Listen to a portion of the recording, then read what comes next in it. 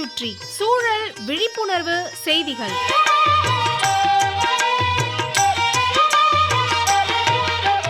அன்புள்ள வரதராஜன் ஐயா அவர்களுக்கு உங்கள் மாணிக்கம் எழுதும் மடல்.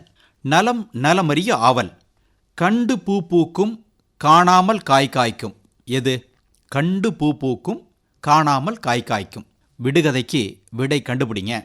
உணவே மருந்துன்னு நம்ம மூத்தோர் மனசில் வச்சு செயல்பட்டாங்க. ஆனால் இன்றைய காலநிலை எல்லாத்தையும் மாற்றி வச்சிருக்கு. அவசரமான காலகட்டம்.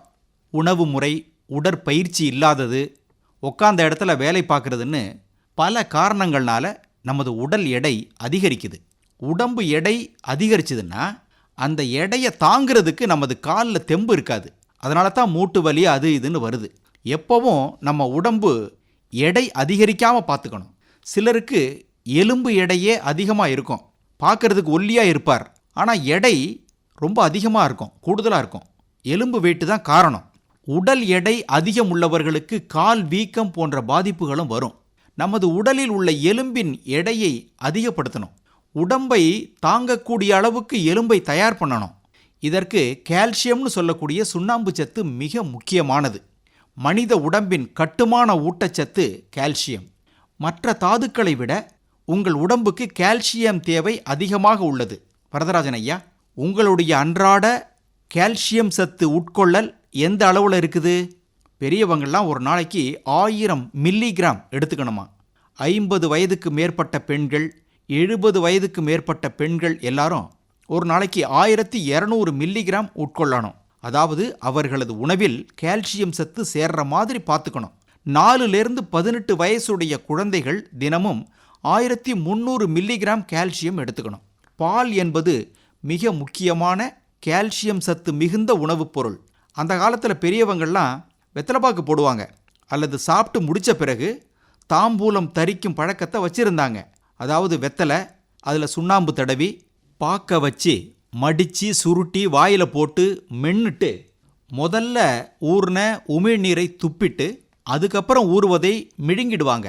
சுண்ணாம்பு என்பது கால்சியம். அதே போல் பச்சை பீன்ஸ் காய், 100 கிராம் பச்சை பீன்ஸில் 140 மில்லிகிராம் கால்சியம் இருக்கான். இது மனித உடம்புக்கு மிகவும் நல்லது. செரிமான அமைப்பின் அழுத்தத்தை குறைக்கவும் விரைவாக ஜீரணமாகவும் பச்சை பீன்ஸை நல்லா வேக வைக்க சொல்கிறாங்க. ஊட்டச்சத்து நிபுணர்களின் கூற்றுப்படி 100 கிராம் பாதாம் பருப்பில் 60 மில்லிகிராம் கால்சியம் இருக்கான். அப்புறம் அத்திப்பழம், எள்ளு, புரோக்கோலி ஆகியவற்றிலும் கால்சியம் சத்து ஓரளவுக்கு நிறைய இருக்குது. வரதராஜன் ஐயா, இந்த உணவு வகைகளை முறையாக அறிவுரைப்படி உட்கொள்வதன் மூலம் எலும்பு உறுதித்தன்மை பெறுவதுடன் உடலும் ஆரோக்கியம் பெறுகிறது. நிலக்கடலை மிக முக்கியமான எண்ணெய் வித்து பயிர். தேசப்பிதா மகாத்மா காந்தியடிகள் மிகவும் விருப்பமாக நிலக்கடலையை சாப்பிடுவாராம்.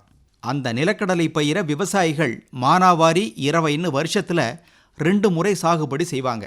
எப்போ பயிர் செய்தாலும் விதைத்த 45வது நாள் 2வது களை வெட்டுவாங்க.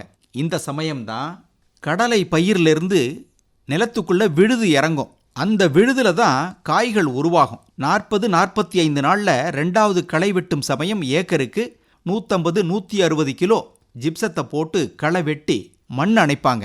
ஜிப்சம் என்பது கால்சியம் சல்ஃபேட், சுண்ணாம்பு சத்தும் கந்தகச்சத்தும் நிறைந்தது தான் ஜிப்சம். காய்கள் பருப்பு திரட்சியாக இருக்கவும் எண்ணெய் அளவு அதிகரிக்கவும் கட்டாயம் ஜிப்சம் போடணும். ஆக மனிதனுக்கும் தேவை, பயிர்களுக்கும் தேவை கால்சியம் சத்து. கண்டு பூ பூக்கும் காணாமல் காய் காய்க்கும். விடுகதைக்கு விடை நிலக்கடலை தான்.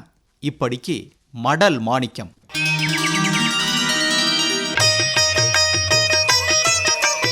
நம்மை சுற்றி சூழல் விழிப்புணர்வு செய்திகள் கேட்டீர்கள்.